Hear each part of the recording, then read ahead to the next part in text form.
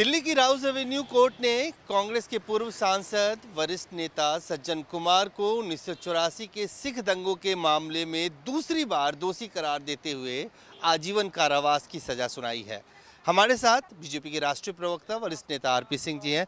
Sir, जो prosecution की तरफ से कैपिटल पनिशमेंट यानी फांसी की सजा की मांग की गई थी, लेकिन कोर्ट ने दोबारा आजीवन कारावास की सजा सुनाई है। देखिए, हम कोर्ट के फैसले से खुश नहीं हैं, बिल्कुल स्पष्ट है। उसको फांसी ही होनी चाहिए थी। एक बेटे को बाप के सामने जलाया, फिर बाप को जलाया, तरुणदीप को जलाया, फिर जसवंत सिंह के उनके पिताजी को जलाया। और ये कोई हत्या नहीं है, ये कोई झगड़े की हत्या नहीं है, कोई दंगे फसाद की हत्या नहीं है। ये एक जेनोसाइड था, नरसंहार था, नस्ल खुशी थी, उसके चलते हुए ये किया गया, क्योंकि उनके नेता ने आदेश दिया था कि जितने सिख मारोगे उतना तुमको हम आगे इनाम देंगे।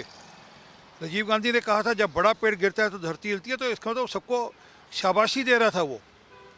और उनके कहने पर, राजीव गांधी के कहने पर ये सिखों का नरसंहार किया। और उस मामले में, नरसंहार के मामले में उम्र कैद देना, जीवन कारावास देना उचित नहीं है। अपेक्षा करते थे कि उसको फांसी होगी, परंतु फिर भी बाहर है प्रधानमंत्री मोदी जी का, अमित शाह जी का, जिनके चलते आज यहाँ ये दिन देखने को मिला कि कुछ मामले आगे बढ़े हैं। परंतु मैं अपेक्षा करता हूँ, निवेदन भी करता हूँ कि सीबीआई ये पूरे मामले को अगले कोर्ट तक लेकर जाए और ये जो सज़ा आज सुनाई गई है इसको चैलेंज करे, ताकि इसको फांसी की सज़ा हो सके।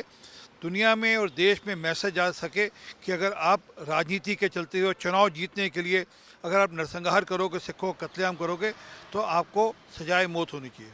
इस पूरे मामले में अदालत की तरफ से प्रोसिक्यूशन ने फांसी की सजा की मांग की, लेकिन अदालत ने कहा कि रेयरेस्ट ऑफ रेयर का मामला नहीं बनता। 80 साल का सज्जन कुमार है, पहले से कई सारी बीमारियां हैं उसको, उसकी बीवी 75 साल की है, बेड रिडन है।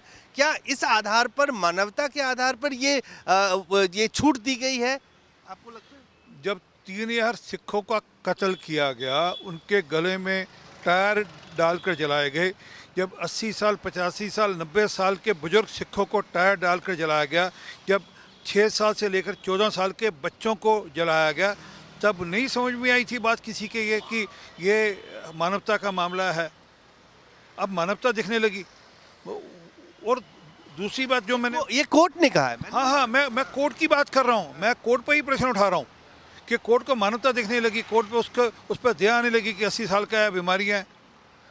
जिनके बच्चे आज, जिनके परिवार आज गरीबी से, बीमारियों से ग्रस्त हो गए, जिनके बच्चे नशों में धकेल दिए गए ताकि वह आवाज़ ना उठा सकें, आज वह नहीं दिखते उनको।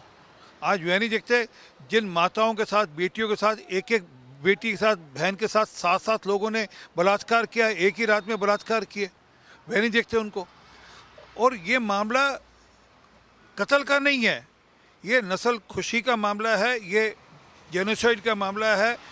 ये एक पूरी की पूरी कौम को ख़त्म कर कर आपने ये संदेश देना था कि हमने चुनाव जीतना है। ये राजनीति से प्रेरित मामला था। राजीव गांधी के इशारे पर दिल्ली के अंदर 3 लोगों का कत्ल हुआ, ये बड़ा मामला था। अफसोस है कि कोर्ट ने इसमें कम सज़ा सुनाई। मैं फिर अपेक्षा करता हूँ कि सीबीआई अगले कोर्ट में जाएगी ताकि इनको फांसी हो सके। धन्यवाद आरपी सिंह जी। साफ तौर पे कहते हुए कि ये सिर्फ कत्ल का मामला नहीं था, ये नरसंहार का मामला था और उम्मीद है कि ऊपरी अदालत से न्याय मिलेगी। कैमरामैन फिरोज के साथ अजय झा, दैनिक सवेरा, दिल्ली।